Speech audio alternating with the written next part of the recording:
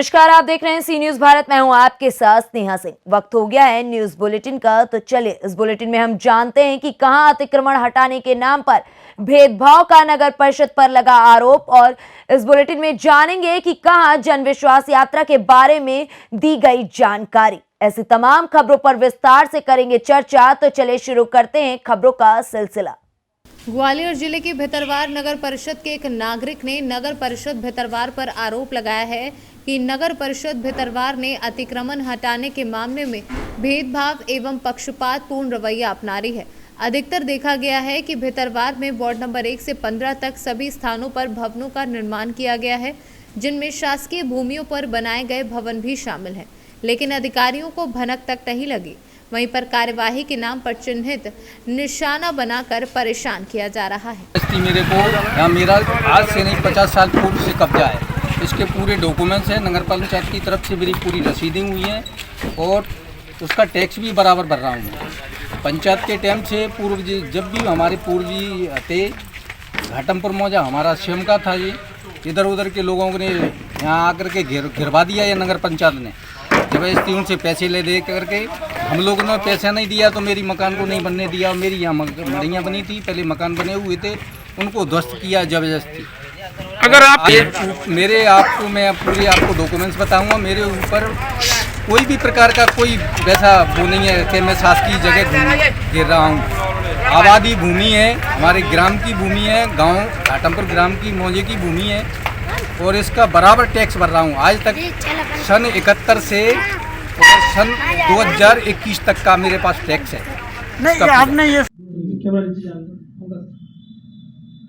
Sir, आज नगर परिषद के द्वारा आपके आदेश पर कार्रवाई की गई है, क्या है सर पूरा मामला? जो अभी नया नगर परिषद कार्यालय का निर्माण हो रहा है वार्ड क्रमांक 4 बिजली घर के सामने, उस पे शासकीय भूमि पे किसी अनजान व्यक्ति ने अपने कुछ निर्माण सामग्री पटकी थी, वो हटवाई है। क्या सर उस पर जो जमीन पर अवैध कब्जा भी है? नहीं, ऐसा कुछ भी नहीं है और वो शासकीय भूमि है। बहुत पहले संकल्प भी हुआ है परिषद का बाल उद्यान के लिए, और वो किसी की निजी भूमि मेरे नॉलेज में आज तक आई नहीं है। यदि कोई दावा पेश करता है तो वो अपने विधिवत दस्तावेज पेश करे कि ये स्वामित्व मेरा है, और बाकायदा विधिवत अगर उसको आपत्ति है तो वो करेंगे हमसे पूछ के। ना हमने कोई निर्माण की अनुमति दी, ना ही किसी प्रकार का कोई हमारे पास विवाद का विषय नहीं आया। किसी अनजान ने जो सामग्री रखी वो हटवा के हमने जब्त कर ली। उसका दूसरे पक्ष का कहना ये है कि मैं विधिवत नगर पालिका द्वारा आयत किया हुआ जुर्माना भर रहा हूँ, मेरे पास रिसिप्ट हैं और अन्य लोगों के अतिक्रमण नहीं हटाया जा रहा है, केवल मेरे को ही टारगेट किया। नहीं, उन्होंने अभी 2 दिन पहले 1 दिन पहले ही निर्माण सामग्री पटकी। अब निर्माण सामग्री क्यों पटकी, क्या है, उनको कोई प्रॉब्लम है तो वो विधिवत कार्रवाई करें। ग्वालियर से सीनू संवाददाता ओम बाबू प्रजापति की रिपोर्ट। जौनपुर जिला के शाहगंज के पूर्व नगर पालिका अध्यक्ष ने पत्रकार वार्ता में जन विश्वास यात्रा के बारे में जानकारी दी। उन्होंने कहा कि जन विश्वास यात्रा शाहगंज विधानसभा 365 के कुटहन सीमा में 1 जनवरी को प्रवेश करेगी, जहां पर शाहगंज विधानसभा के कार्यकर्ताओं का यात्रा का भव्य स्वागत करेंगे। जैसा कि 1 तारीख को जन विश्वास यात्रा शाहगंज में आ रहा है, तो किस तरह की आप लोग तैयारी कर रखे उसके लिए? भारतीय जनता पार्टी शाहगंज विधानसभा 365 में 1 जनवरी को खुटहन बदलापुर होते हुए खुटहन में प्रवेश करेगी और कार्यकर्ताओं का समूह तथा जनता के द्वारा भव्य स्वागत यात्रा का किया जाएगा। जन विश्वास यात्रा के माध्यम से भारतीय जनता पार्टी सुशासन का संदेश जनता के बीच में देना चाहती है। 1 तारीख को चल करके शाहगंज के जेसी चौराहे पर एक बहुत बड़ी सभा होगी, जिसमें प्रदेश स्तर के और राष्ट्रीय स्तर के नेता भाग लेंगे और पूरी भारतीय जनता पार्टी के 5 मंडल के जो अध्यक्ष हैं, कार्यकर्ता हैं और क्षेत्र की जनता भारी बहुमत से उसका स्वागत करेगी और रात्रि विश्राम उनका शाहगंज में होगा पूरी यात्रा का। और पुनः 2 तारीख को 10 बजे शाहगंज के कार्यकर्ता उन्हें शाहगंज सुल्तानपुर जो बॉर्डर है सूरापुर से बिजेथुआ महादेवन के बॉर्डर पर छोड़ेंगे और आगे के लिए प्रस्थान करेंगे। ये मैं सूचना दे रहा हूं। ओम प्रकाश जायसवाल, पूर्व अध्यक्ष नगर पालिका परिषद शाहगंज। जौनपुर से सी न्यूज संवाददाता दिवाकर मिश्रा के साथ दीपक सिंह की रिपोर्ट। कुशीनगर के थाना पठेरवा क्षेत्र गंगुआ बाजार में एक व्यापारी का माल एक्सपायरी होने की वजह से हजारों का नुकसान हुआ।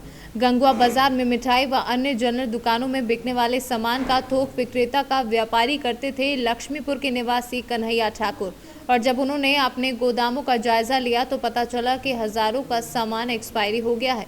फिर उन्होंने छटाई शुरू कर एक्सपायरी सामान को बाहर निकाला और दोपहर के 2 बजे से लेकर शाम 6 बजे तक सामान भी जला रहा था। कुशीनगर से सीनू संवाददाता अजीमुद्दीन खान की रिपोर्ट। भाजपा एनजीओ प्रकोष्ठ रायबरेली के तत्वाधान में जनपद की स्वयंसेवी संस्थाओं को सम्मानित किया गया। शहर के कचहरी रोड स्थित एक सभागार में भाजपा के जिला प्रभारी एवं एमएलसी विद्यासागर सोनकर ने समाज सेवियों को सम्मानित करते हुए कहा कि प्रदेश की भाजपा सरकार द्वारा आम जनता के लिए अनेकों जन कल्याणकारी योजनाएं चलाई गई हैं। एनजीओ को चाहिए कि सरकार से सामंजस्य स्थापित कर उन सभी योजनाओं का लाभ आम जनता को दिलाए। एनजीओ प्रकोष्ठ अवध के क्षेत्रीय संयोजक डॉक्टर राजेश श्रीवास्तव एवं क्षेत्रीय सह संयोजक संतोष श्रीवास्तव ने संयुक्त रूप से कहा कि जहां भ्रष्ट एनजीओ पर शिकंजा कसा जा रहा है, वहीं ईमानदारी से कार्य करने वाले एनजीओ को सरकार प्रोत्साहित करने के लिए कृत संकल्पित है। समारोह के मुख्य आयोजक भाजपा एनजीओ प्रकोष्ठ के जिला संयोजक अरविंद श्रीवास्तव एडवोकेट ने सम्मान पाए एनजीओ को शुभकामनाएं देते हुए कहा कि अच्छा कार्य करने वाले एनजीओ को मुख्य पटल पर लाया जाएगा। समारोह का संचालन स्वामी जितेंद्र भारतीय द्वारा किया गया। इस अवसर पर विधायक राम नरेश रावत ने एनजीओ संवाद कार्यक्रम की सराहना करते हुए कहा कि संस्थाओं से सीधा संवाद करने से एनजीओ के समक्ष आने वाली समस्याओं की जानकारी सरकार को मिलेगी, जिससे उनका समाधान होगा। हमारे पास धन नहीं है। देखिए क्या मतलब देखिए संस्थाओं की अगर बात करेंगे तो हर शहर जिले में आपको बहुत सैकड़ों संस्थाएं मिलेंगी। काम करने का जरूरी नहीं है कि हम जो भी संस्था जितनी कैपेबल है अपने उस हिसाब से काम करें। ये सोच के काम ना करें कि हमें संसाधन मिलेंगे तभी हम कर पाएंगे। अगर वो संसाधन उसके पास में उपलब्ध नहीं हो पाता है तो जरूरी नहीं कि वो अपनी संस्था के माध्यम से करे। सरकार की योजनाओं के तहत काम कर सकते हैं, चाहे तो दूसरी संस्था के साथ में मिलकर काम कर सकते हैं। बहुत सी संस्थाएं हैं जो काम करने वाले हैं और दुनिया में अच्छे लोगों की कमी नहीं है। अच्छे लोग आगे आगे बढ़ेंगे भी और उनका सहयोग भी करेंगे। तो एडवोकेट जिला संयोजक एनजीओ प्रकोष्ठ भाजपा रायबरेली। अरविंद जी, आप खुद एक एनजीओ चलाते हैं, क्या समस्याएं आती हैं एनजीओ चलाने में? देखिए, अभी तक आज़ादी के बाद 70 सालों में जो काम हुआ है वो भ्रष्ट एनजीओ जो काम कर रहे थे, जो पैसा कमाने का कार्य कर रहे थे, उन सबको बर्खास्त किया गया है और नए एनजीओ जो अच्छा काम कर रहे हैं ऐसे सभी लोगों को जो है मौका मिलेगा, अवसर दिया जाएगा। भारतीय जनता पार्टी का यही एक लक्ष्य है। इस समस्याएं भी आती होंगी कुछ जो है, तो उन समस्याओं का निदान किस स्तर पर होता है? देखिए, निश्चित रूप से समस्याएं तो आती हैं, क्योंकि जो अच्छा कार्य करने वाले लोग हैं उनको जगह जगह पर परेशान किया जाता है। लेकिन जिसकी शिकायत मिलेगी हम लोग उसके लिए जिलाधिकारी और प्रदेश के माननीय मुख्यमंत्री जी से मिलेंगे। और हमारे बीच में डॉक्टर राजेश श्रीवास्तव जो कि अवध क्षेत्र के हमारे एनजीओ प्रकोष्ठ के माननीय संयोजक जी हैं और श्री संतोष श्रीवास्तव जी जो कि सह संयोजक हैं। आप लोगों का आश्वासन मिला है कि जो अच्छा काम करेंगे उनको हम लोग प्रमोट करेंगे। महामारी की एक लहर और आ रही है, क्या कहना चाहेंगे प्रदेशवासियों देशवासियों? ये देखिए, बचाव ही उपाय है। वैक्सीन बन चुकी है। जिस तरह से हमारी भारत सरकार ने और प्रदेश सरकार ने वैक्सीन बनाई है और 100 करोड़ से ज़्यादा लोगों को वैक्सीन लगाई जा चुकी है। ऐसी उम्मीद नहीं, क्योंकि तीसरी वेव की बात कही जा रही थी, लेकिन तीसरी वेव आई नहीं और मुझे पूरी उम्मीद है कि ऐसी कोई वेव नहीं आएगी, सब कुछ ठीक रहेगा। एनजीओ का क्या योगदान रहेगा इसमें? एनजीओ कोरोना काल में बहुत अच्छा कार्य किए हैं। आपने देखा यहाँ पर कोरोना काल में घर घर जाकर के एनजीओ ने काम किया है, घर घर जाके भोजन बांटा है और आगे भी इसी तरह काम करते रहेंगे। उनको सरकारी सहायता भी दी जाएगी। रायबरेली से सीनू संवाददाता इंद्रेश की रिपोर्ट। 25 दिसंबर की रात रामनगर पुलिस थाने की हद में 90 फीट रोड पर रात्रिकालीन चाकू का भय दिखाकर एक बैंक कर्मचारी को लूटने वाले 5 आरोपियों को पुलिस ने गिरफ्तार कर लिया है। डोंबिवली के सहायक पुलिस आयुक्त जेडी मोरे के मार्गदर्शन में मामले की जांच में जुटे रामनगर थाने के वरिष्ठ पुलिस निरीक्षक सचिन भांडरे ने इस पूरे घटना का खुलासा किया है। 90 फीट रोड आहे तिथे एक संतोष शर्मा नावाचा इसम हे जे रेल्वे स्टेशनवरून घरी चालले होते त्यावेळी 5 आरोपींनी त्यांच्याकडून लूटमार केली, त्यांचा मोबाईल, त्यांचा लॅपटॉप इत्यादी वस्तू काढून घेतल्या। आम्ही दरोड्याचा गुन्हा दाखल केला। नंतर तपास करत असताना आम्ही सदर गुन्ह्यात एकूण 5 आरोपी अटक केलेले आहेत। आरोपींकडून पूर्ण मुद्देमाल तसंच त्यांनी गुन्ह्यातून वापरलेला हत्यार सगळं हस्तगत केलेलं आहे। आरोपींना कोर्टात आम्ही हजर केलेला आहे आणि आरोपींना 30/12 पर्यंत कोठडी मिळालेली आहे। या तपासकामी मुख्यत्वे करून PSI शिंगटे, वाघ आणि बाकी इतर लोक आहेत त्यांनी अतोनात मेहनत केली आणि हे आरोपी अटक केलेले आहेत। या आरोपीची काय पार्श्वभूमी आणि त्यांच्याकडे काय काय मिळाले आहे? या आरोपींकडे चाकू, कोयता इत्यादी वस्तू सगळे हत्यारं मिळालेले आहेत आणि यांच्यावर काय गुन्हे असतील तर ते त्याचा तपास काम चालू आहे। सर, आपण जर बघितलं तर ठाकुर्लीत या आधीसुद्धा एकाचा मर्डर झाला होता आणि तिकडे चोरी पण होते। तिकडच्या लोकांची मागणी एक पोलीस चौकी द्यावी, याबद्दल आपण काय नियोजन करणार आहात का? त्या पोलीस चौकी ऑलरेडी आहे पण ती एक लांब पडते, पण दुसरी चौकी करण्याकरता प्रक्रिया चालू आहे। थाने से सीनू संवाददाता दीपक मोरे की रिपोर्ट। बरेली में आजाद समाज पार्टी भीम आर्मी ने प्रेस वार्ता की और कहा कि चुनाव आते ही आजाद समाज पार्टी की धमाकेदार एंट्री होगी। आजाद समाज पार्टी ने भी अपील में उतरना शुरू किया है। बरेली में शहर विधानसभा के लिए राबिया शबनम को संभावित प्रत्याशी बताया गया है। आजाद समाज पार्टी के प्रदेश अध्यक्ष सुनील कुमार चित्तौड़ का कहना है कि अगर हम किसी से गठबंधन करेंगे तो वह बहुजन समाज पार्टी होगी। उन्होंने कहा कि ये बहन जी की पार्टी है और हम बहन जी के लिए हमेशा तैयार हैं। पूरा कर लूँ। इन स्कूलों में टीचर नहीं है, जब टीचर नहीं है तो पढ़ाई कैसे होगी?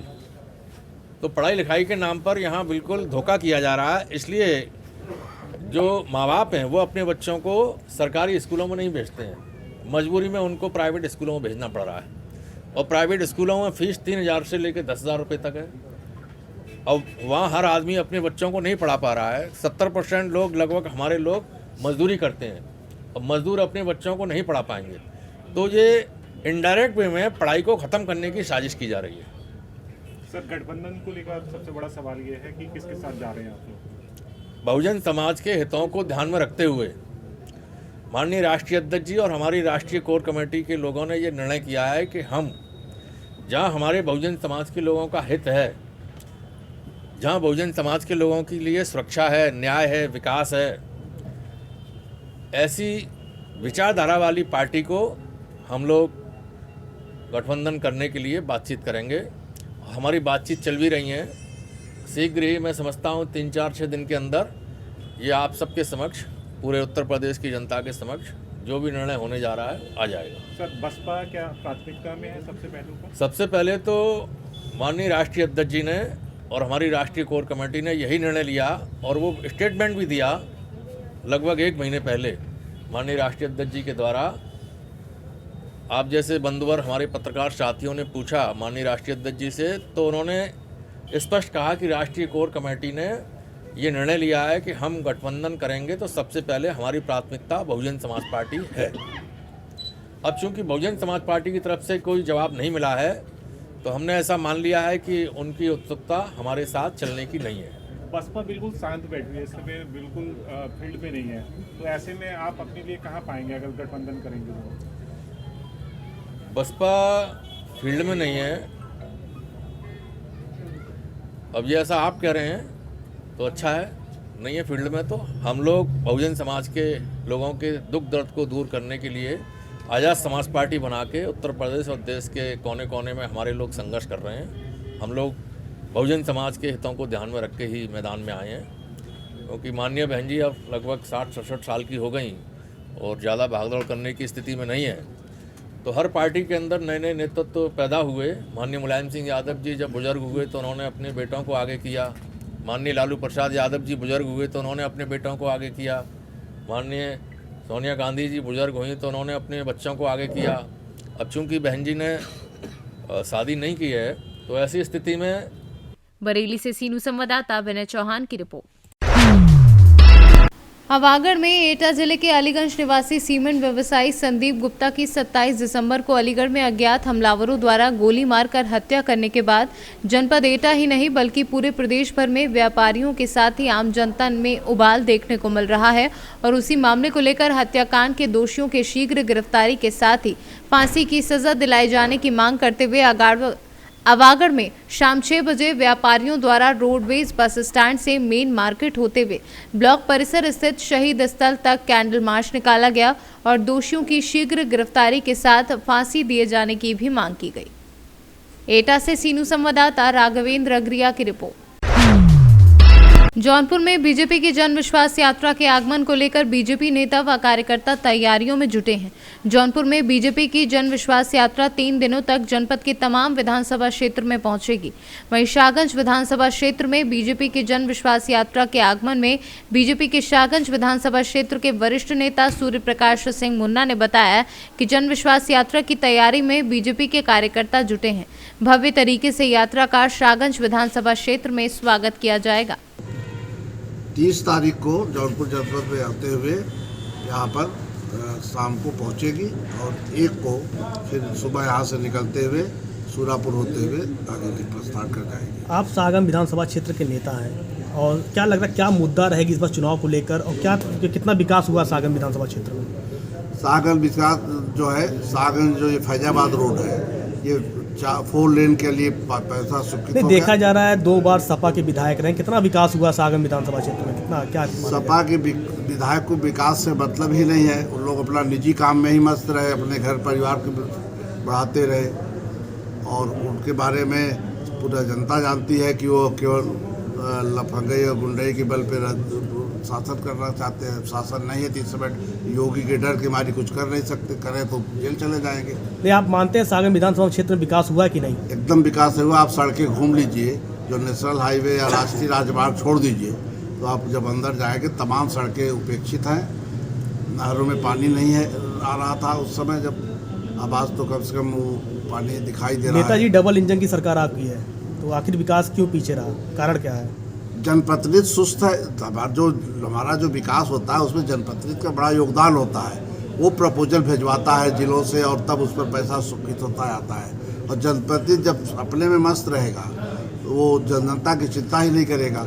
और विकास यहाँ पर जनप्रतिनिधि जो है सामान्य आदमी की चिंता करता ही नहीं, कुछ अपने जातीय आधार पर अपनी पार्टी के लोगों की चिंता किया, इसलिए कोई योजना आया ही नहीं। गडकरी साहब कहते जो भी विधायक आए किसी पार्टी का गया होगा एमपी या विधायक, तो जो भी सड़कें उसका पैसा गडकरी साहब तत्काल पैसा इशू करते हैं। इसमें कोई भेदभाव नहीं करते कि ये सपा का विधायक है तो, लेकिन जब जाएंगे नहीं तो पाएंगे कहाँ से? क्या मुद्दा लेके जनता के बीच जाएंगे 2022 के विधानसभा चुनाव में?